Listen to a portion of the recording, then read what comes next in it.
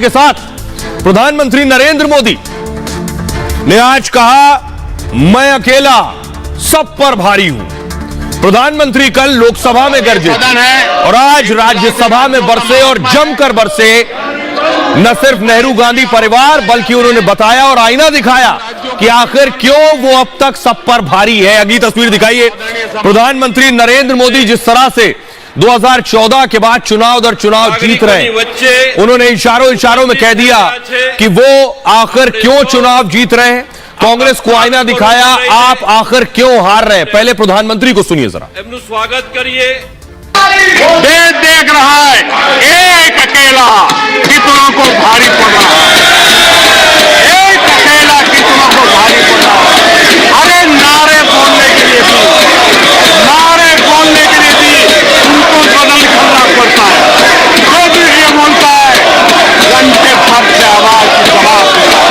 आदरणीय सभापति जी, एक कन्विक्शन के कारण चला हूं, देश के लिए जीता हूं, देश के लिए कुछ करने के लिए निकला हुआ हूं। और इसलिए ये राजनीतिक खेल खेलने वाले लोग, उनके अंदर वो हौसला नहीं है, वो ढूंढ रहे हैं, बचने का रास्ता खोज रहे हैं।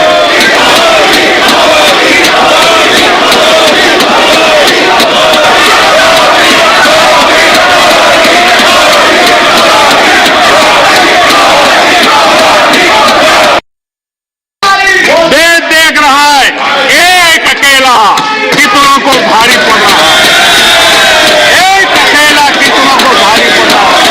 अरे नारे बोलने के लिए भी उनको बदल करना पड़ता है। जो भी ये बोलता है घंटे भर से आवाज की जवाब देता। आदरणीय सभापति जी, एक कन्विक्शन के कारण चला हूं, देश के लिए जीता हूं, देश के लिए कुछ करने के लिए निकला हुआ हूं। और इसलिए ये राजनीतिक खेल खेलने वाले लोग, उनके अंदर वो हौसला नहीं है, वो ढूंढ रहे हैं, बचने का रास्ता खोज रहे हैं।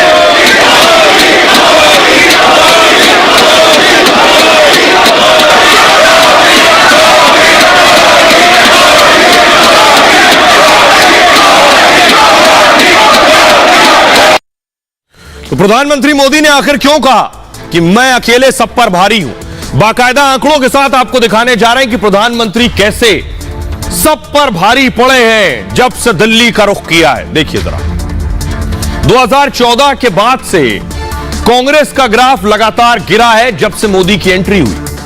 10 साल सत्ता में रहने के बाद सिर्फ 44 सीटें मिली, सिर्फ 44। सोचिए जरा, 4 से 14 तक 10% से कम सीट मिलने से नेता विपक्ष का पद भी कांग्रेस को नहीं मिला।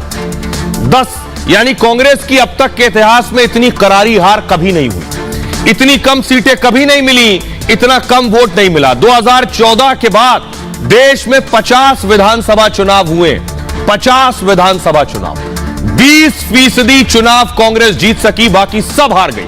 80% चुनाव हार गई। कांग्रेस की सरकार आज सिर्फ 3 राज्यों में, राजस्थान, छत्तीसगढ़ और हिमाचल में कांग्रेस की सरकार है। कई राज्यों में बगावत के चलते सत्ता तक गंवा दी कांग्रेस ने। मध्य प्रदेश, कर्नाटक, अरुणाचल में सरकार चली गई। 2019 लोकसभा चुनाव में दूसरी बार करारी हार हो गई। 19 में कांग्रेस को सिर्फ 52 सीटें मिली। 2020 में दिल्ली और बिहार में भी चुनाव हार गए, दोनों चुनाव। 21 में 5 राज्यों में चुनाव हुए, सिर्फ 1 जीती, 4 हार गई। 4 राज्यों में हारी, तमिलनाडु में सरकार में सहयोगी में। और 2022 में 7 राज्यों में चुनाव, सिर्फ हिमाचल में जीत मिली। पंजाब में अपनी सरकार भी नहीं बचा सकी कांग्रेस। 85 के बाद पहली बार उत्तर प्रदेश में कांग्रेस सभी सीटों पर उतरी थी।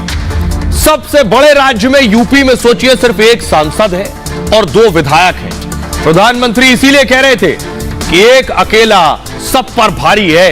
अब आपको सुनवाता हूं। इशारों में उन्होंने कहा, बेशक मैं भारी हूं, लेकिन जितना कीचड़ मारोगे, जितना कीचड़ उछालोगे, उतना ही कमल खिलेगा। सुनिए।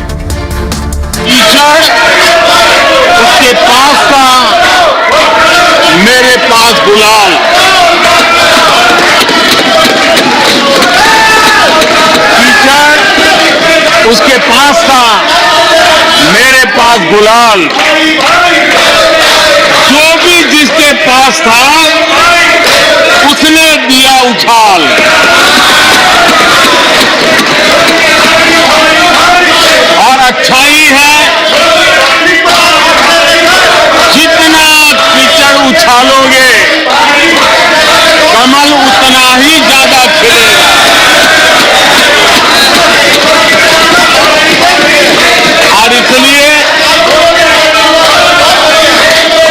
कमल खिलाने में आपका प्रत्यक्ष परोक्ष जो भी योगदान है, इसके लिए मैं उनका भी आभार व्यक्त करता हूं। हमने कहा हम तो मक्खन पे लकीर करने वाले नहीं, पत्थर पे लकीर करने वाले लोग हैं। हम इस चुनौती को भी उठाएंगे, हम इस चुनौती को भी उठाएंगे। और हमने हर गांव में बिजली पहुंचाने का संकल्प उठाया। समय सीमा में 18,000 गांवों में बिजली पहुंचाई। हम स्पर्धा करें, हम आगे बढ़े, हम सहयोग करें, हम आगे बढ़े, उस दिशा में हम चले हैं। हम सब मिलकर के 2047 तक एक विकसित, तो 2047 तक विकसित भारत बनाने का लक्ष्य प्रधानमंत्री ने रखा। लेकिन आज जब वो बरस रहे थे तो उन्होंने शुरुआत कहां से की? ये आप देख रहे हैं, जवाहरलाल नेहरू, इंदिरा गांधी, सोनिया गांधी, राहुल गांधी, प्रियंका गांधी। अब आप सोच रहे होंगे जवाहरलाल नेहरू से शुरू हुआ सरनेम, नेहरू से इंदिरा गांधी कैसे हो गया? प्रधानमंत्री ने आज इस पर हमला किया। प्रधानमंत्री ने क्या कहा ये आपको बताता हूं। सबसे पहले प्रधानमंत्री ने सीधे कांग्रेस से सवाल पूछा कि उन पर तो बहुत हमले और बहुत वार करते हो, आखिर ये बताओ कि आखिर तुमने सरनेम नेहरू क्यों नहीं लगाया? मैं नेहरू का नाम न लूं तो अच्छा नहीं लगता? प्रधानमंत्री मोदी का यह कांग्रेस पर बड़ा हमला था। कांग्रेस को उम्मीद नहीं थी कि प्रधानमंत्री ऐसा टारगेट करेंगे। सरकारी योजनाओं का नाम बदलने पर घेरा पीएम ने। अगर नेहरू जी के नाम का उल्लेख नहीं हुआ तो कुछ लोगों के बाल खड़े हो जाते थे, कुछ लोगों का लहू गर्म हो जाता था। उनकी पीढ़ी का व्यक्ति नेहरू सरनेम आखिर क्यों नहीं रखता? वो सीधे पूछ रहे थे, बताइए मैं नेहरू का नाम ना लूं तो आपको परेशानी होती है, लेकिन आपने खुद नेहरू का सरनेम क्यों नहीं लगाया? नेहरू सरनेम रखने से डरते क्यों हैं? क्या शर्मिंदगी है नेहरू सरनेम रखने में? इतना बड़ा महान व्यक्ति आपको आखिर मंजूर क्यों नहीं? सुनिए पीएम को। आदरणीय सभापति जी, किसी कार्यक्रम में अगर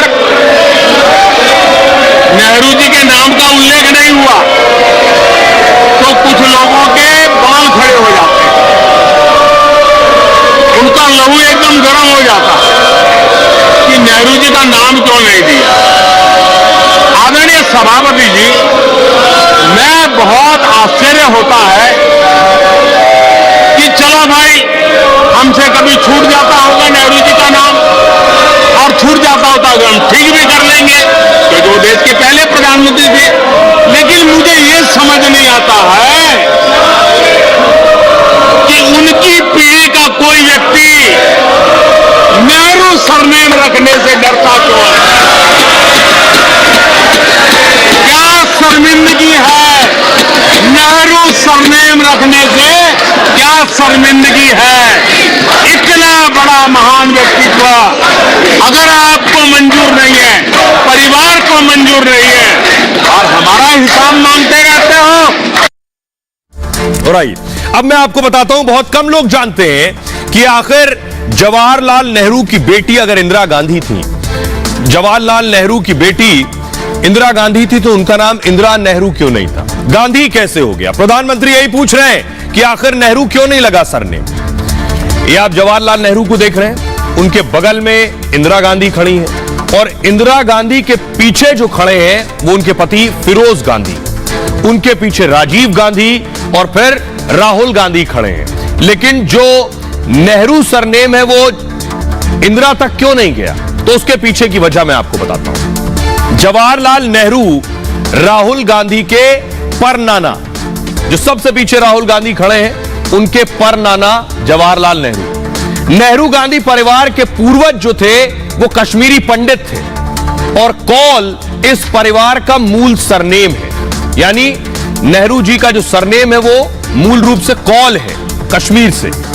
1716 में नेहरू जी का जो परिवार है वो कश्मीर से दिल्ली आ गया और उनका घर जो था यहां दिल्ली में नहर किनारे मौजूद था, इसलिए इसकी वजह से उनके नाम के साथ नेहरू जुड़ गया क्योंकि नहर के किनारे था। बाद में सरनेम कौल को उन्होंने हटा दिया और परिवार का नाम केवल नेहरू हो गया। सरनेम में नेहरू की इकलौती बेटी का नाम इंदिरा था, उनके पीछे खड़ी है। इंदिरा के बचपन का नाम इंदिरा प्रियदर्शनी था और इंदिरा ने 1942 में फिरोज गांधी से शादी कर ली। फिरोज का नाम शुरू में फिरोज, ये ध्यान से पढ़िएगा, फिरोज गांधी का शुरू में नाम था फिरोज घांडी, घांडी नाम था फिरोज। कई किताबों में इसका जिक्र भी किया गया है। फिरोज ने अपने सरनेम की स्पेलिंग बदल ली थी, उनका नाम था घांडी, उन्होंने देखिए स्पेलिंग क्या थी, GHANDY, घांडी स्पेलिंग थी उनके नाम की, तो उन्होंने नाम की स्पेलिंग बदल के GANDHI गांधी कर लिया था। और फिरोज से शादी के बाद इंदिरा का नाम इंदिरा गांधी हो गया। एक बात यह कही जाती है, गांधी सरनेम को लेकर एक और कहानी भी कही जाती है। वो क्या कहानी है? वो ये है कि फिरोज गांधी का जो जन्म है वो पारसी परिवार में हुआ था और हिंदू पारसी में शादी से सियासी भूचाल का डर था कि फिरोज गांधी पारसी और इंदिरा हिंदू, पारसी परिवार में शादी होने से सियासी भूचाल आ सकता है क्योंकि राजनेता बहुत सी पॉलिटिकल इक्वेशंस देखते हैं शादी से। नेहरू जी ने तब इंदिरा गांधी को महात्मा गांधी के पास भेजा और कुछ लोगों का दावा यह है कि महात्मा गांधी ने फिरोज को गांधी का सरनेम दे दिया। फिरोज गांधी से शादी के बाद इंदिरा का नाम भी गांधी हो गया, तो गांधी नहीं आया कहीं, गांधी जो फिरोज गांधी का असली सरनेम था, पारसी लिंक भी अलग हो गया। इसके बाद नेहरू परिवार के नाम से गांधी जुड़ गया। यह माना जाता है दो वजह, लेकिन आइए मैं आपको बताता हूं। फिरोज गांधी की तस्वीर मैं आपको दिखाता हूं। यह है इंदिरा गांधी की तस्वीर आप देख रहे हैं और यह है फिरोज गांधी, इंदिरा गांधी के पति।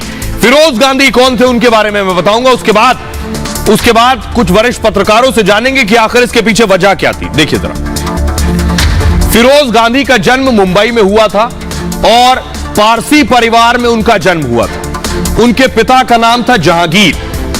फिरोज का परिवार मूल रूप से गुजरात का रहने वाला था, गुजरात के भरूच के रहने वाले थे और इंदिरा गुजरात दौरे पर खुद को गुजराती बहू कहती थी। शुरू में जवाहरलाल नेहरू शादी के खिलाफ थे, वो नहीं चाहते थे कि फिरोज गांधी और इंदिरा की शादी हो, इसीलिए उन्होंने महात्मा गांधी के पास भेजा था।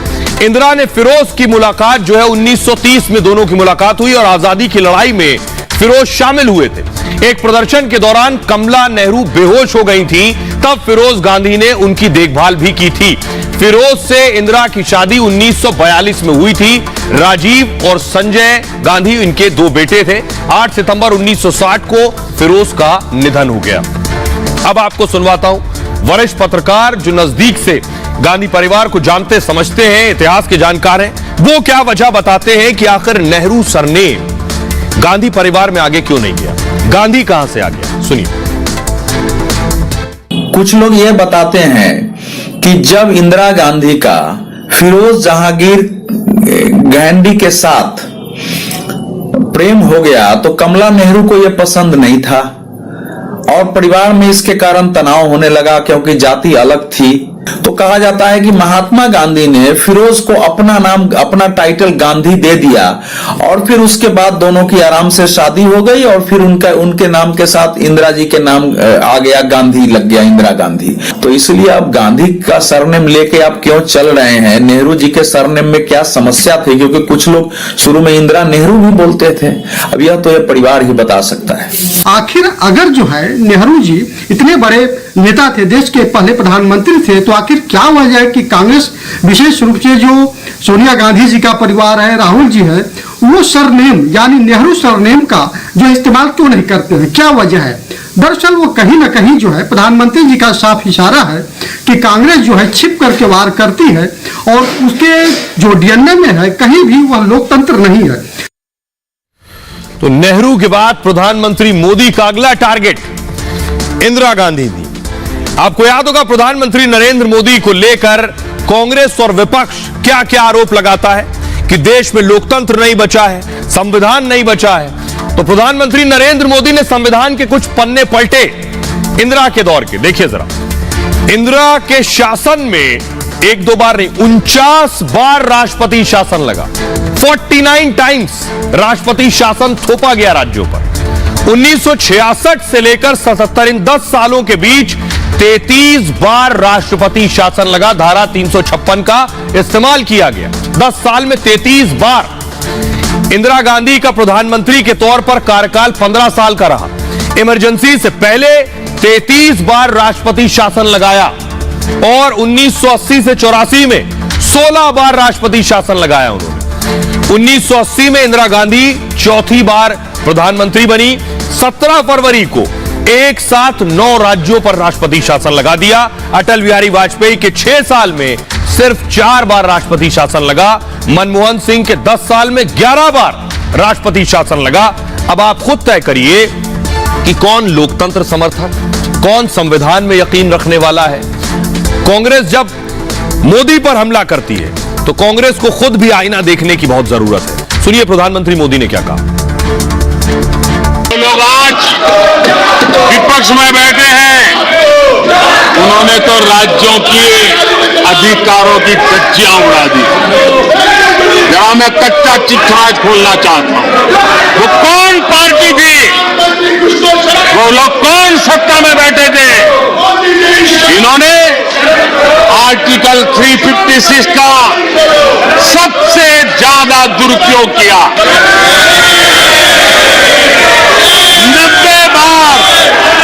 90 बार चुनी हुई सरकारों को गिरा दिया। कौन है वो? कौन है जिन्होंने किया? कौन है जिन्होंने किया? कौन है जिन्होंने किया? इतना ही नहीं सभापति जी, एक प्रधानमंत्री ने आर्टिकल 356 का 50 बार उपयोग किया, आधी सेंचुरी कर दी। वो नाम है श्रीमती इंदिरा गांधी का। 50 बार सरकारों को गिरा दिया। तो प्रधानमंत्री ने आज राज्यसभा में जवाब दिया, चुन चुनकर हमले किए। खबरों में आगे बढ़ते हैं। आज की एक और बहुत बड़ी खबर है। लखनऊ, जिसे आप अब तक लखनऊ के नाम से जानते हैं, योगी आदित्यनाथ क्या लखनऊ का नाम बदल देंगे? लखनऊ का नाम, ये आप देख रहे हैं, ये लखनऊ की भव्य तस्वीरें मैं आपको दिखा रहा हूं। नवाबों का शहर लखनऊ। या तो आप यहां गए हैं या लखनऊ को नाम से जानते हैं। तो लखनऊ का नाम बदलने की क्या तैयारी हो रही है, अगली तस्वीर दिखाइए। आज ये तस्वीर आप देख रहे हैं, योगी आदित्यनाथ और रक्षा मंत्री राजनाथ सिंह ने अमौसी एयरपोर्ट के सामने लक्ष्मण जी की मूर्ति का अनावरण किया और कहा जा रहा है कि अब लखनऊ का नाम भी लक्ष्मणपुर कर दिया जाए। अगली तस्वीर दिखाइए। योगी आदित्यनाथ ने, ये आप देख रहे हैं, 16 मई 2022 को ट्वीट किया था, लिखा था, शेषावतार भगवान श्री लक्ष्मण जी की पावन नगरी लखनऊ में आपका हार्दिक स्वागत व अभिनंदन है। प्रधानमंत्री नरेंद्र मोदी जब पहुंचे थे तो क्या लखनऊ का नाम भी बदलने वाला है? रिपोर्ट देखिए।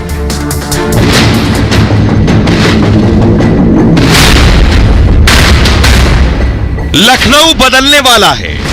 मर्यादा पुरुषोत्तम भगवान श्री राम के अनुज वीरवर लक्ष्मण जी के नाम पर, जिनके नाम पर इस नगरी को जाना जाता है।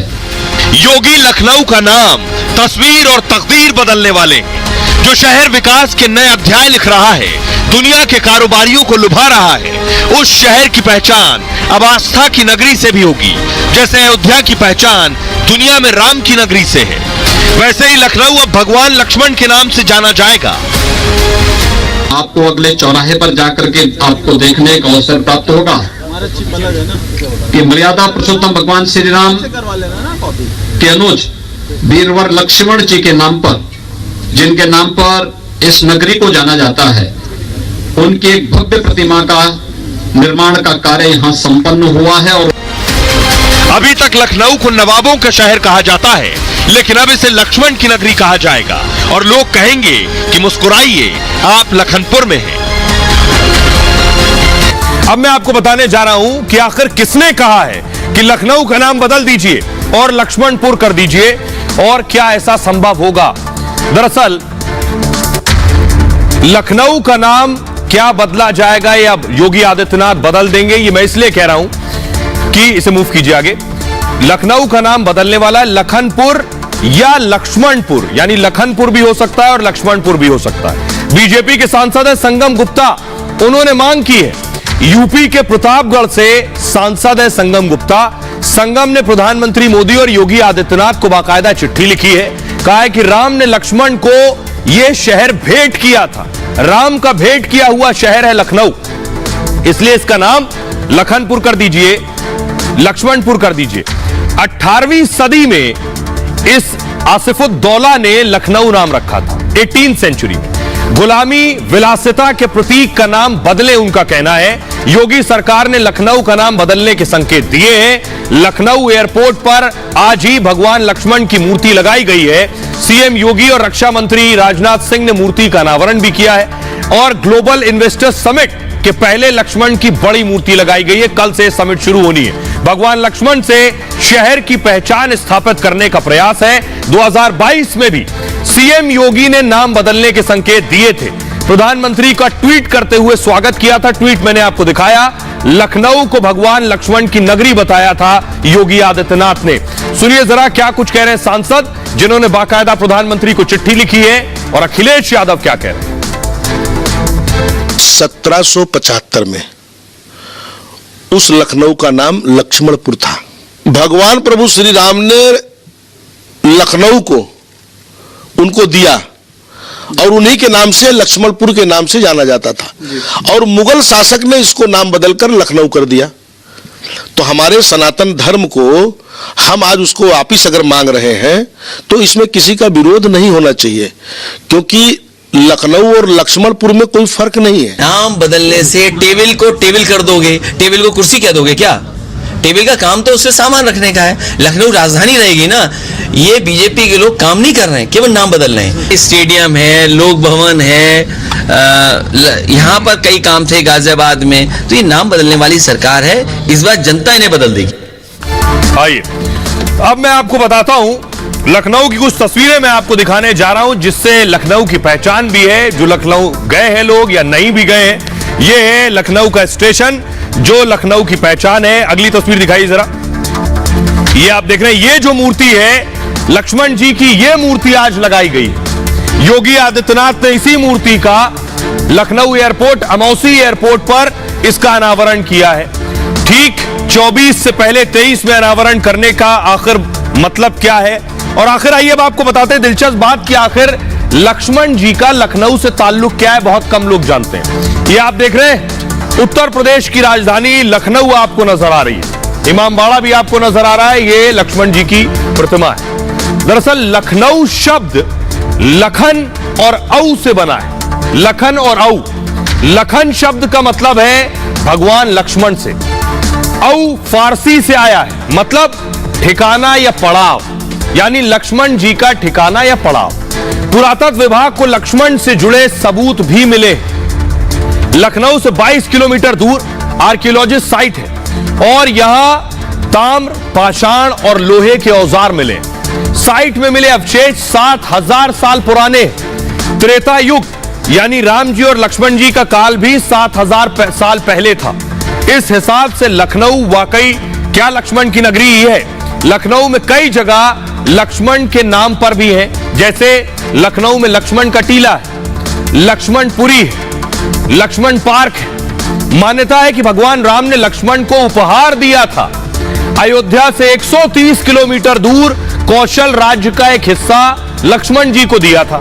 यह शहर लखनपुर के नाम से जाना गया। उसके बाद वाल्मीकि रामायण में भी इसका जिक्र है। मान्यता है कि गोमती तट पर लक्ष्मण जी ने विश्राम किया था। 733 साल पहले लखनऊ का शहर का नाम नहीं था। मुगल काल की शुरुआत में भी लखनपुर ही नाम था। अकबर ने शेख अब्दुल्ला को लखनपुर रियासत सौंपी थी और 1775 में नवाब आसिफुद्दौला ने लखनऊ का नाम रखा। अंग्रेजों के जमाने में भी इसका नाम लखनऊ ही रहा। अब आपको सुनवाते हैं, सुनिए जरा लखनऊ के लोग क्या कह रहे हैं। लखनऊ के लोग क्या चाहते हैं। वो चाहते हैं कि लखनऊ का नाम लक्ष्मणपुर कर दिया जाए या लखनऊ ही रखा जाए। सुनिए। लक्ष्मणपुर तो बहुत पहले ही था, बदल के इसको किया गया था। मुगलों ने इसको बदल के यहाँ पे लखनऊ किया है। तो जाहिर सी बात है, भगवान श्री राम को अगर घर मिला है तो लक्ष्मण जी को तो साक्षात मिलना ही चाहिए। दोनों भाई ही थे। गुलामी की निशानियां मिटनी चाहिए, क्योंकि हमारा जो नाम पहले था वही नाम हमें फिर चाहिए। माननीय प्रधानमंत्री जी और योगी जी ने अपनी पुरानी सनातन धर्म और संस्कृति को वापस लाना चाहते हैं, इसलिए मैं चाहूंगी हमारे राम जी को घर तो मिल गया, लक्ष्मण जी को मिलना चाहिए। मोदी जी में भगवान राम को देखते हैं और हमारे योगी जी लक्ष्मण जी की तरह है, उसी तरह से विकास कर रहे हैं। धीरे धीरे लक्ष्मणपुर हो जाएगा। यहाँ पे लक्ष्मण जी का नाम यहाँ पे उन्हीं के नाम पे शहर का नाम रखा जाए, क्योंकि ये पुराने समय से ही लक्ष्मण जी की नगरी थी। ये लक्ष्मण जी इसके राजा थे, भगवान राम ने इनको भेंट दी थी। नहीं, नवाबों का शहर है, पुराना नाम है, कोई पुरानी संस्कृति का कुछ हिस्सा तो रहना चाहिए हम साथ में।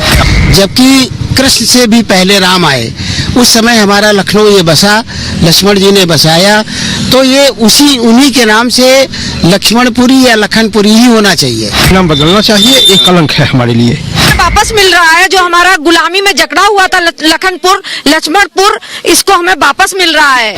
हमने तो हमेशा से लखनऊ नाम ही सुना है, और कम्युनिकेशन और ट्रैवलिंग के लिए बहुत इजी रहता है। एकदम से नाम चेंज करना, फिर वो सारा हेक्टिक प्रोसेस हो जाता है, तो जो है उसी को रहना देना चाहिए। नहीं सर, लखनऊ का नाम बिल्कुल ऐसा रहना चाहिए। पुराना ये हेरिटेज सिटी है, यहाँ फॉरेनर आते हैं तो सबको पता है कि लखनऊ एक चीज है। अब उनको बता देंगे नाम ही बदल जाएगा तो क्या मतलब है। तो आपने लखनऊ के लोगों को सुन लिया। अब आपको दिखाने जा रहा हूं लखनऊ की कुछ पहचान, जिन तस्वीरों को देखने के बाद फौरन याद आ जाता है ये लखनऊ शहर की तस्वीर है। सबसे पहली तस्वीर मैं आपको दिखा रहा हूं उत्तर प्रदेश के राजभवन की तस्वीर। ये आप देख रहे हैं यूपी का राजभवन। अगली तस्वीर दिखाइए जरा। ये आप देख रहे हैं लखनऊ का इमामबाड़ा। ये जो इमामबाड़ा है, इस इमामबाड़ा को आसिफुद्दौला ने ही बनवाया था, जिन्होंने लखनऊ का नाम रखा 1784 में। आइए अब आपको बताते हैं, अगर नाम बदला जाएगा तो नाम बदलने की प्रक्रिया क्या है, कैसे बदला जाता है नाम, लखनऊ का नाम कैसे बदला जाएगा, इसका बाकायदा पूरा एक प्रोसेस है। देखिए जरा। तो नाम बदलने का तरीका यह, शहर जिले का नाम बदलने पर फैसला लेता है गृह मंत्रालय। नाम बदलने के लिए जनप्रतिनिधि सरकार से मांग करता है। जनप्रतिनिधि यानी विधायक या सांसद सबूत के साथ अपील करता है, सर यहां का नाम बदल दीजिए। नाम बदलने के लिए ठोस ऐतिहासिक सबूत जरूरी है। इसके बाद राज्य कैबिनेट प्रस्ताव को मंजूरी देती है और फिर प्रस्ताव विधानसभा में पेश किया जाता है। राज्यपाल नोटिफिकेशन के लिए गृह मंत्रालय के पास इसे भेजते हैं। गृह मंत्रालय प्रस्ताव स्वीकार करता है या फिर रद्द भी कर सकता है। मंजूरी मिलती है तो राज्य जिले को अधिसूचना जारी करता है। नाम बदलने का औपचारिक ऐलान उसके बाद हो जाता है। एक जिले में आमतौर पर 80 से 90 विभाग होते हैं। नाम बदलने पर सभी विभागीय दस्तावेजों में बदलाव होगा। सभी सरकारी बोर्ड पर नया नाम लिख दिया जाता है। यह है प्रक्रिया। अब आपको सुनवाते हैं, सुनिए जरा कांग्रेस नेता राशिद अलवी क्या कह रहे हैं और यूपी के डिप्टी सीएम ब्रजेश पाठक क्या कह रहे हैं। देखिए, समय समय पर मांग उठती रहती है, सर्वविदित है, लखनऊ को लक्ष्मणपुरी के नाम से ही जानते थे। अभी ऐसी कोई पत्रावली हमारे पास विचाराधीन नहीं है। लखू खां नाम का एक आदमी रहता था, जिसके नाम पर ये लखनऊ पड़ा। 1528 में पहली बार मुगल बादशाह बाबर ने इसको कैप्चर किया था, तब भी इसका नाम लखनऊ था। लखनऊ एक तारीखी नाम है, लेकिन भारतीय जनता पार्टी के नेता अगर इसका नाम बदलना चाहते हैं तो उनका तो विकास का नाम ही नाम बदलना है। आइए अब आपको बताते हैं न सिर्फ लखनऊ और कौन कौन से नाम हैं जो योगी की लिस्ट में है, जो बदले जाने हैं। वो नाम कौन से हैं देखिए जरा। लंबी लिस्ट है। अलीगढ़ का आर्यगढ़ नाम किया जाए, ये मांग है। आजमगढ़ का आर्यमगढ़ नाम कर दिया जाए, ये मांग की जाती है। आगरा अग्रवन नाम कर दिया जाए आगरा का। फर्रुखाबाद का पांचाल नगर नाम रख दिया जाए। सुल्तानपुर का कुश भवनपुर नाम कर दिया जाए। बदायूं का नाम बदलकर वेद मऊ किया जाए, ये मांग है। फिरोजाबाद का चंद्रनगर नाम कर दिया जाए।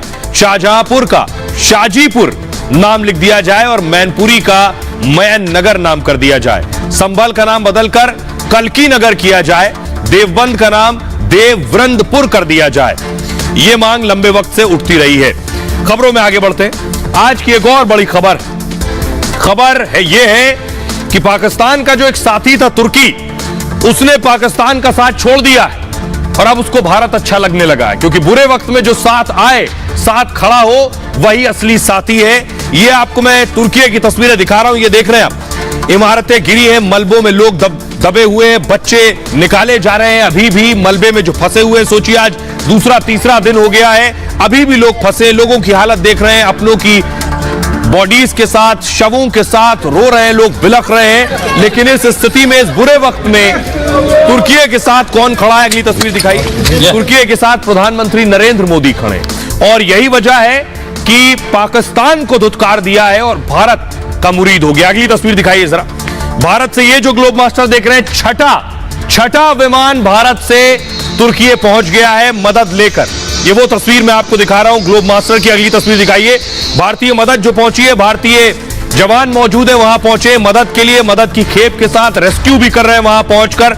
अगली तस्वीर दिखाइए जरा। ये आप देख रहे हैं, ये भारतीय एनडीआरएफ के जवान हैं, जो लोग मलबे में दबे हैं उन्हें निकाल रहे हैं। सबसे बड़ी चुनौती का काम यह है, अभी कितने लोग मलबे में दबे हुए हैं। ये छतें एक के ऊपर एक गिरी है, इन छतों के बीच में लोग फंसे हैं, दबे हैं। कोई जिंदा है या नहीं जिंदा है, उसके बावजूद ये सारी छतों को हटाना है और लोगों को निकालना है, किसी को भी दबा नहीं छोड़ा जा सकता। यह है चुनौती बड़ी। अगली तस्वीर दिखाइए जरा। ये आप देख रहे हैं इंडियन एनडीआरएफ की टीम, ये आप देख रहे हैं जो लोग मलबे में दबे उन्हें निकाल रही है। ये तस्वीर आपको फख्र की अनुभूति भी कराएगी कि आपके अपने लोग तुर्की में जाकर लोगों को रेस्क्यू कर रहे हैं, मदद कर रहे हैं, जान बचा रहे हैं इस घड़ी में। अगली तस्वीर दिखाइए जरा। ये वो तस्वीर देख रहे हैं जो भारत ने वहां जाकर अस्पताल बनाया। ये वो बेड्स देख रहे हैं, ये खुद विदेश मंत्री ने इन तस्वीरों को ट्वीट किया है। भारत ने वहां जाकर कई बेड्स का अस्पताल बनाया। जो घायल हैं उन्हें यहां एडमिशन दिया जाएगा, उनके लिए बाकायदा सारे उपकरण मौजूद हैं, हेल्थ से जुड़े हुए उनके सारे टेस्ट हो सके। आइए अब मैं आपको दिखाऊं, ट्वीट दिखाता हूं। अगली तस्वीर दिखाई। ये आप देख रहे हैं जो भारतीय जवान, जो भारतीय लोग वहां पहुंचे, वो मदद कर रहे हैं, रेस्क्यू करने के बाद इलाज कर रहे हैं। भारतीय डॉक्टर्स जो हैं वो वहां इलाज शुरू कर चुके हैं तुर्की में पहुंचकर। आइए अब आपको बताता हूं कि आखिर क्या क्या मदद आज भारत ने भेजी है।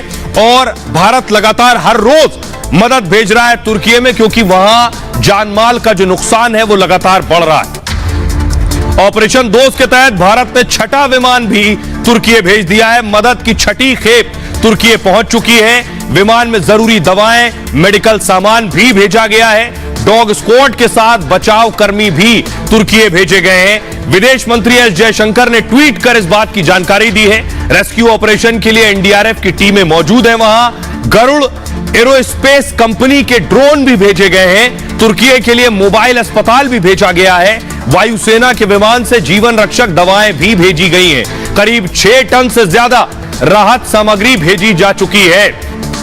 अब मैं आपको दिखाऊंगा, देखिए जरा वहां किस तरह से इलाज चल रहा है, क्या कुछ हो रहा है। लेकिन उससे पहले मैं आपको दिखाऊं कि यह वजह है, दो दोस्त यानी तुर्की और पाकिस्तान दोस्त हुआ करते थे, एर्दोगान और शाहबाज दोस्त हुआ करते थे। भारत की वजह से, भारत की मदद की वजह से अब तुर्की पाकिस्तान नहीं, अब तुर्की भारत के साथ आकर खड़ा हो गया है। यह मैं आपको बताता हूं क्यों। देखिए जरा, वजह है ये, दरअसल मुश्किल वक्त में भारत ने तुर्की का साथ दिया। बचाव कर्मी, वित्तीय मदद और उपकरण तुर्की भेजे जा रहे हैं। भारत ने सहारा दिया तो तुर्की ने कहा शुक्रिया दोस्त। भारत में तुर्की के राजदूत फिरात सुनेल ने बाकायदा आभार जताया। वो कह रहे हैं मदद करने के लिए भारत सरकार को हम बहुत बहुत धन्यवाद करते हैं। तुर्की ने कहा मुश्किल वक्त में काम आने वाला ही सच्चा दोस्त होता है, पाकिस्तान नहीं। कूटनीतिक स्तर पर भारत तुर्की के रिश्ते और ज्यादा मजबूत हुए हैं, लेकिन तुर्की ने कूटनीतिक स्तर पर पाकिस्तान को एक झटका जरूर दिया। भूकंप के बाद शाहबाज तुर्की जाना चाहते थे, एकजुटता दिखाने के लिए यात्रा की घोषणा भी कर दी थी, लेकिन तुर्की ने शाहबाज की मेजबानी से साफ इनकार कर दिया कि आप हमारे यहां मत आइए, हमारे यहां पहले ही हालात ठीक नहीं। तुर्की ने कहा पहले तुर्की और पाकिस्तान के बीच मजबूत संबंध हुआ करते थे, और लेकिन भूकंप के बाद तुर्की और भारत की नजदीकियां बढ़ गई हैं। सुनिए जरा, पाकिस्तान के जो लोग हैं वो आपको बेहतर बताएंगे कि आखिर हकीकत क्या है। देखें इंडिया की पॉलिसी वो इस टाइम कितने बेहतरीन पॉलिसी पे है कि तुर्की हमेशा बिल्कुल हर फोरम पे हमारे हक में और इंडिया के वो खिलाफ बात चली जाती थी और बिल्कुल स्ट्रेट फॉरवर्ड, खासतौर पर कश्मीर और इसके अलावा भी मसाइल में बिल्कुल स्ट्रेट फॉरवर्ड लेकिन हम उस जैसे मुल्क को जब वक्त आया है उनकी हेल्प करने का, इंडिया के पास है ना तो वो दे रहे हैं, हमारे पास है क्या? हम तो सिर्फ नारे, वही आपके नारे के आपने बोला है तो हम वैसे वाकई को नारे ही लगा सकते हैं और हमारे पास है क्या कि तो हम उनकी मदद करेंगे। वो कहते हैं ना कि आपको ना दो बंदों का चेहरा कभी नहीं भूलता, जो एक मुश्किल वक्त में काम आए और जो मुश्किल वक्त में भाग जाए। ठीक है, तो इंडिया ने पहल कर दी है और इंडिया की मैशत उसको इजाजत भी देती है। उनके पॉलिसी मेकर जो हैं वो स्ट्रांग हैं, अच्छे हैं, वो अपने मुल्क के लिए सोचते हैं। किसी के घर में फौदगी हो जाए या कोई बीमार हो, वो 10 घर उसको 10 बंदे उसको पूछने आ जाते हैं, उनका खर्चा होता है। वो बेचारा आगे तो एक तो ऐसे बीमार है, ऊपर से 10 बंदे पूछने वाले हैं। हमें मतलब ये नहीं कहना चाहिए कि हमें उस लिहाज से बात करनी चाहिए, मतलब जैसे पंजाबी में कहने जिन्हें जोगे सी, तो उस लिहाज से बात करनी चाहिए। तो लेकिन हमारी इकोनॉमी इतनी स्ट्रांग नहीं है कि हम उनकी हेल्प कर सकें। वो भी आप देखें, गरीब इंसान जो है पहले अपने मुल्क का सोचे। ठीक है, वहां पर जो भी कुछ हुआ तुर्की में, वो बहुत अफसोस है। टू बी ऑनेस्ट, मुझे भी बहुत दुख हुआ कि सुना है कि अब कम से कम 10,000 से ज्यादा जो है वहां पे मौत हो चुकी है। अल्लाह पाक उनकी मगफिरत करे। बट टू बी ऑनेस्ट, मैं तो बिल्कुल भी खुश नहीं हूँ जो ये शहबाज शरीफ ने जो भी किया है। पहली बात किया ही गलत है। तो अभी जो आप खुद अवाम की जो हालात देख रहे हैं, आप दूसरों की क्या मदद करेंगे? कुछ भी नहीं कर सकते आप। हमारे वो बरादर मुल्क है, तो आपके मसाए में कोई भी मिसहैप हो तो आप फौरन वहां पहुंचे। हम मदद के काबिल ही नहीं है, हम मदद के इस वक्त काबिल नहीं है। हम इस काबिल होते तो हम जा रहे हैं ना, हमारे C-130 जा रहे हैं ना, डेली जा रहे हैं, एक दो जा रहे हैं, और जितनी हमारे बस में हम कोशिश कर रहे हैं कि उनकी मदद कर सके। इस वक्त तो शो ऑफ करने का टाइम नहीं है। अगर मदद करनी है तो मदद करने के बहुत सारे तरीके हैं, तो बहुत सारे वे में हम उनकी मदद कर सकते हैं। एक्चुअली तो जो ऑब्जेक्टिव होना चाहिए कि वहां पर जो इस वक्त विक्टिमाइज्ड हैं या जो इस वक्त। तो आपने पाकिस्तान के लोगों को भी सुन लिया, वो हकीकत बता रहे हैं कि बुरे वक्त में जो साथ आए वही असली दोस्त है और प्रधानमंत्री मोदी ने वो कर दिखाया।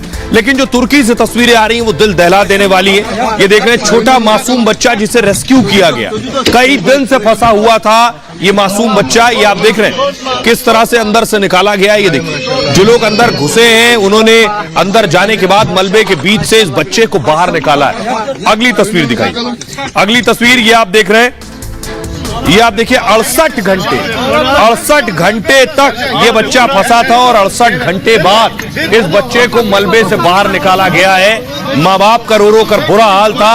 ये तस्वीरें जो आप देख रहे हैं, 68 घंटे के बाद बच्चे को बाहर निकाला गया। अगली तस्वीर दिखाइए जरा। उसके बाद आप देख रहे हैं, एर्दोगन खुद पहुंचे लोगों के बीच, जहां जो लोग सबसे ज्यादा प्रभावित हैं उनसे मिले, बुजुर्ग, जवान, बच्चे, महिलाओं, सबसे मुलाकात की जाके। अगली तस्वीर दिखाई जरा। ये आप देख रहे हैं 2 महीने का बच्चा रेस्क्यू किया गया है। सोचिए किस स्थिति से गुजर रही है वहां टीमें जो मौजूद हैं। 68 घंटे बाद बच्चे निकले हैं, 2 महीने का बच्चा जिसे रेस्क्यू किया गया। आइए अब आपको बताते हैं वहां स्थिति क्या है, कितना जान माल का नुकसान हुआ, क्योंकि मौत का आंकड़ा रोज बढ़ता जा रहा है। फिलहाल हालात क्या है ये मैं आपको बताता हूं। तुर्की सीरिया में 19,000 से ज्यादा अब तक मौतें हो चुकी हैं। तुर्की में मरने वालों की संख्या करीब 16,000 है। तुर्की में 63,000 लोग घायल बताए जा रहे हैं। कई लोगों के मलबे में दबे होने की आशंका है और सीरिया में मरने वालों की संख्या करीब 3,000 बताई जा रही है। सीरिया में घायलों की संख्या 5,000 से ज्यादा है। दोनों देशों में 11,000 से ज्यादा इमारतें तबाह हो गई हैं। तुर्की में भूकंप की वजह से 6,444 इमारतें ढह गई। सीरिया में 4,000, लगभग 4,500 से ज्यादा इमारतों को नुकसान पहुंचा है। भूकंप से 1,40,00,000 से ज्यादा लोग प्रभावित हुए हैं, लगभग 1.5 करोड़ लोग प्रभावित हुए। सोचिए, भूकंप से तुर्की के 3 एयरपोर्ट्स को नुकसान पहुंचा है। आइए अब मैं आपको दिखाता हूं, दरअसल सीरिया की तबाही की कुछ तस्वीरें मैं आपको दिखा रहा हूं, ड्रोन तस्वीरें। सीरिया की हालत देखिए जरा, फुल स्क्रीन लीजिए इस तस्वीर को। ये एरियल शॉट आप देख रहे हैं किस तरह से वहां काम हो रहा है, किस तरह से मलबे को हटाया जा रहा है। ये सीरिया की तस्वीरें देखिए जरा, वहां सीरिया में क्या हालत है, क्योंकि अब तक तुर्की की तस्वीर आपने देखी, लेकिन ये पहली बार आप सीरिया की तस्वीर देख रहे हैं। वहां भी 3000 से ज्यादा मौतें हुई हैं भूकंप से। एक और तस्वीर मैं आपको दिखाता हूं सीरिया में किस तरह से रेस्क्यू किया जा रहा है।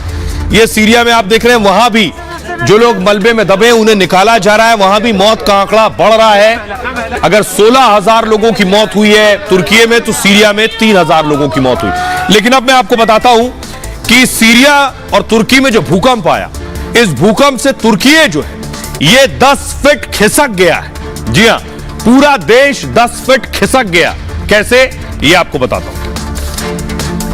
7.8 तीव्रता के भूकंप ने तुर्की को बदल दिया है। तुर्की की जमीन को 10 फीट खिसका दिया है। 10 फीट मतलब करीब 3 मीटर जमीन खिसक गई।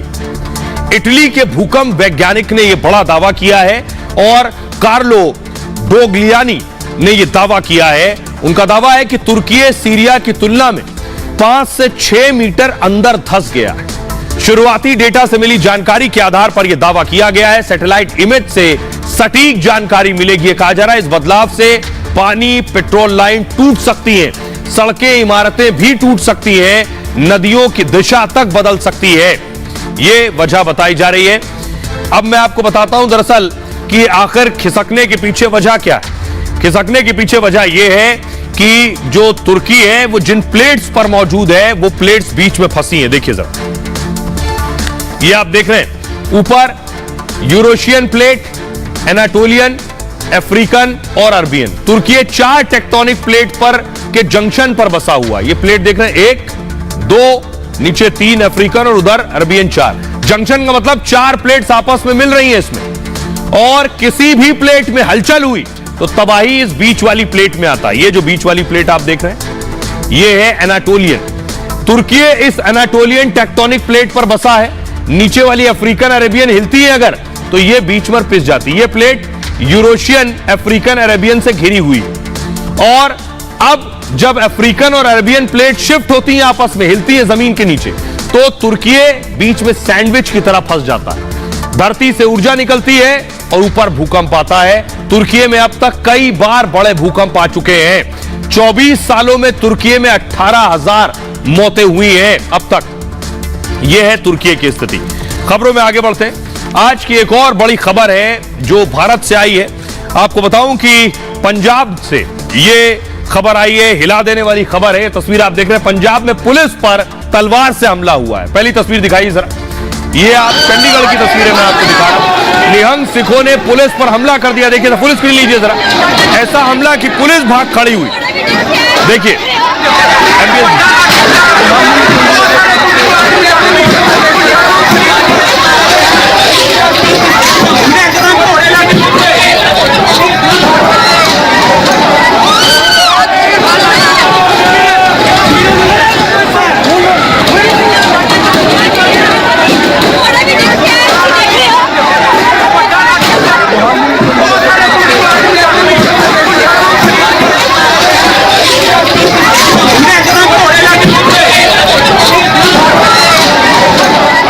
अगली तस्वीर मैं आपको दिखाऊंगा।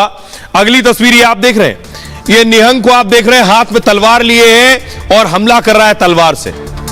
ये तस्वीरें बता रही हैं, ये देख रहे हैं आप। आखिर क्यों निहंग सिखों ने हमला क्यों किया, ये मैं आपको बताने जा रहा हूं। इससे पहले भी इस तरह की घटनाएं कुछ सामने आई हैं। इनके पास तलवार होती है, ये खुद को सेना भी कहते हैं, लेकिन देखिए जरा वजह क्या है। दरअसल चंडीगढ़ मोहाली बॉर्डर पर पुलिस पर हमला किया गया। ये कौमी इंसाफ मोर्चा के समर्थकों ने यह हमला किया। जेलों में बंद सिख कैदियों की रिहाई की मांग कर रहे थे। जो सिख कैदी जेलों में बंद है उन्हें रिहा करिए। सजा पूरी कर चुके सिख कैदियों की रिहाई चाहते थे। ये बेअदबी की घटनाओं पर सख्त कानून बनाने की मांग कर रहे थे। 1 महीने से चंडीगढ़ मोहाली बॉर्डर पर धरना दे रहे थे, लेकिन बुधवार को प्रदर्शनकारी उग्र हो गए और सीएम आवास को घेरने जा रहे थे ये प्रदर्शनकारी। पुलिस ने प्रदर्शनकारियों को रोकने की कोशिश की। उग्र प्रदर्शनकारियों पर वाटर कैनन का भी इस्तेमाल किया गया। नाराज प्रोटेस्टर्स ने पुलिस पर हमला कर दिया। उसके बाद तलवार और डंडों से पुलिस कर्मियों पर यह हमला किया गया। पुलिस से हथियार और टीयर गैस गन लूटने की भी कोशिश हुई। पुलिस के 20 बैरिकेड्स भी प्रदर्शनकारियों ने लूट लिए। पुलिसकर्मियों को दौड़ा दौड़ा कर पीटा इन लोगों ने। हमले में 33 पुलिसकर्मियों को चोट आई है, 2 की हालत गंभीर बताई जा रही है। पुलिसकर्मियों पर हमला करने वालों में निहंग सिख भी शामिल थे। निहंग सिख स्वभाव से ही आक्रामक होते हैं। निहंग सिख तलवार या भाला से लैस होते हैं। प्रदर्शनकारियों पर दंगा फैलाने के आरोप में केस दर्ज हुआ है। आपराधिक साजिश रचने के आरोप में भी केस दर्ज हुआ है। चंडीगढ़ बॉर्डर पर अभी भी हालात तनावपूर्ण बने हुए हैं। आइए आपको सुनवाता हूं पुलिस इस पूरे मामले पर क्या कह रही है, सुनिए। अनफॉर्चुनेट इंसिडेंट हुआ है, इसके बाद चंडीगढ़ पुलिस ने भी एफआईआर लॉन्च की है और हमारे भी 7 लड़के इंजर्ड हैं जो हॉस्पिटल में हैं। We have also launched FIR and proper security arrangements have been made to ensure के लॉ एंड ऑर्डर बरकरार रहे और कोई इस तरह की अनसुखावी घटना न वापरे। देखिए ऐसा नहीं होता, अब वो इन्वेस्टिगेशन का मसला है सारा। चंडीगढ़ पुलिस भी इन्वेस्टिगेट करेगी, हम भी इन्वेस्टिगेट करेंगे कि किनके इंस्टिगेशन से ये सारा कुछ हुआ। पंजाब से आइए लिए चलते हैं आपको पाकिस्तान। पाकिस्तान के लिए सबसे बदतर स्थिति आ चुकी है, क्योंकि कंगाली तो थी, अब नीलामी का वक्त आ गया है।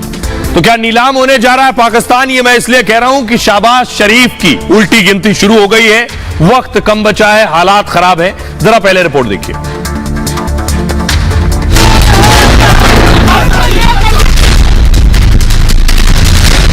हिंदुस्तान के खिलाफ साजिश रचने वाले पाकिस्तान आज नीलाम हो जाएगा।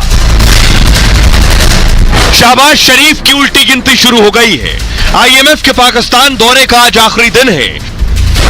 अब मुझे बड़ी शर्म आ रही है, लेकिन मजबूरी है। हमारे मामलात जो माली मामलात जो हैं, आप जानते हैं, आप मुझे $1 अरब और दे दें। खबरों के मुताबिक शहबाज के साथ आईएमएफ की आखिरी मीटिंग है। इसी मीटिंग में तय होना है कि आईएमएफ शहबाज के कटोरे में भीख डालेगा या नहीं। लेकिन शहबाज को अगर खैरात मिल गई तो पाकिस्तान को आईएमएफ ही चलाएगा, और अगर आईएमएफ ने भीख देने से मना कर दिया तो फटेहाल पाकिस्तान के खात्मे का काउंटडाउन शुरू हो जाएगा। कल पाकिस्तान के लिए एक नया दिन लेकर आएगा, या सिर्फ कुछ घंटों में पाकिस्तान के खात्मे के दिन भी तय हो जाएंगे। अब मैं आपको बताने जा रहा हूं होने क्या वाला है। कर्ज मिल गया तब भी पाकिस्तान बर्बाद, और कर्ज नहीं मिला तो आप हाल देख ही रहे। 2019 में पाकिस्तान ने बेल आउट पैकेज मांगा था, और तब से अब तक 8 बार रिव्यू हो चुका है। ये शहबाज शरीफ भी आपको इधर से तीसरे नंबर पर बैठे नजर आ रहे हैं। पाकिस्तान की कर्ज की 9वीं किश्त फंस गई है। कई मीटिंग के बाद भी मामला फंसा हुआ है। आज भी आईएमएफ के साथ पाकिस्तान की मीटिंग हुई। कर्जा देने को लेकर बैठक होने की खबर है। पाक को $1.8 अरब का कर्जा मिलना है। अगर कर्ज मिला तो पाकिस्तान नीलाम हो जाएगा। बिजली की कीमत 50% बढ़ जाएगी। इतनी महंगाई में प्रति यूनिट बिजली अभी ₹7.74 और महंगी हो जाएगी। पेट्रोल डीजल पर 17% टैक्स की शर्त रख दी आईएमएफ ने। आईएमएफ ने कहा है कि अगर हमसे कर्जा चाहिए तो बेशक कंगाली हो, फटेहाली हो, लेकिन बिजली के दाम बढ़ाओ और तेल के दाम भी बढ़ाओ। 900 अरब राजकीय घाटा पूरा करना होगा। अगर ऐसा किया तो टैक्स कई गुना बढ़ जाएगा। आईएमएफ पाकिस्तान के केंद्रीय बैंक पर कब्जा चाहता है। अगर ऐसा हुआ तो आईएमएफ ही पाकिस्तान का बजट भी बनाएगा। आईएमएफ के बड़े अधिकारियों की संपत्ति का ब्यौरा भी चाहता है आईएमएफ। कर्जा नहीं मिला तो भी पाकिस्तान की बर्बादी तय है। विदेशी मुद्रा भंडार सिर्फ $3.1 अरब बचा है।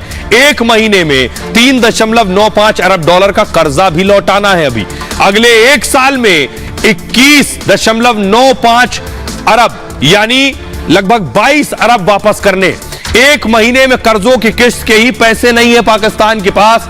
अब सवाल यह है कि कैसे होगी कर्जे की अदायगी। सुनिए जरा, पाकिस्तान के एक मौलाना है। मौलाना क्या सलाह दे रहे हैं, क्योंकि वो देश ही मौलाना चला रहे हैं, इसीलिए ये हाल है। मौलाना की राय देखिए। क्यों कह रहा है कि अपने 17 ग्रेड तक अफसरों के सासे डिक्लेयर करो। उनको पता है ये सारा कौम का माल लूट कर घरों को ले जाते हैं। आज आईएमएफ ने शर्त लगा दी, अगर हमसे कर्जा लेना है तो अपने अफसरों के सासे डिक्लेयर करो। अल्लाह की कसम है, ये वजह क्या है? ये हमारा किया दरा है। आज हमारा करना भी किया दरा है कि हम जलील हो रहे, पूरी दुनिया से पैसा मांगने पे मजबूर हैं। मैं सवाल करूंगा, वैसे मैं हुण इको ही काम रह गया है, मैं सुभाष शरीफ साहब नूं कहांगा 57 सलामी मुल्क ने 58 1 अरब डॉलर की कमेटी पाओ सारे कहो भाई साडे घर कमेटी पाओ पहली कमेटी तुसी रख लो ते IMF नूं टा कर दो 57 मुल्कों को जाओ उन्होंने कहो भाई कमेटी पाओ तो 57 अरब डॉलर चू साल बाद कमेटी दी आओ ते नाल कर्जा लाई जाओ नाल काम चलाई जाओ कमेटी पा लो पर कई माइयां कमेटी लैके महला ही छड़ जांदियां। मौलाना राय दे रहे हैं बदहाली से निकलने के लिए कि कमेटी डाल लीजिए और कर्जा शायद निकल जाएगा, लेकिन ऐसे हालात में अब पाकिस्तान के PM और पूर्व PM भारत के मुरीद हैं। इमरान खान कह रहे हैं कानून के शासन के बगैर तरक्की नहीं कर सकते, भारत को ही देख लें वहां विकास हो रहा है। विकास इसलिए हो रहा है क्योंकि कानून का शासन। शहबाज शरीफ कह रहे हैं पाकिस्तान ने अपना सबक सीख लिया है, भारत के साथ शांति से रहना चाहते हैं, प्रधानमंत्री मोदी हमारे साथ बातचीत करें, यह कह रहे हैं शहबाज शरीफ। आइए अब मैं आपको दिखाने जा रहा हूं, खबरों में आगे बढ़ता हूं। कुछ तस्वीरें जो आई है, किम जोंग उन की तस्वीर सामने आई है, ये आप देख रहे हैं। किम जोंग उन ने मिसाइल परेड की है। अगली तस्वीर दिखाइए जरा मिसाइलों की परेड, ये आप देख रहे हैं। मिसाइलों की परेड किम जोंग उन ने की है, इन मिसाइलों को ही नुमाइश की है। पूरी जो परेड हुई वो सिर्फ अलग अलग मिसाइलों पर थी। कई बैलिस्टिक मिसाइल का टेस्ट किम जोंग उन कर चुका है। ये देखिए, ये जो नई मिसाइल बनाई किम जोंग उन ने, उन सब की प्रदर्शनी लगाई और मकसद था सिर्फ अपनी ताकत दिखाना। ये तानाशाह कुछ भी करता। बहरहाल ये भारत की बात है, मैं इतना ही। आप अपना बहुत ख्याल रखिए। छोटे से ब्रेक के लिए रुक रहे हैं, लौट रहे हैं कुछ और बड़ी खबरों के साथ।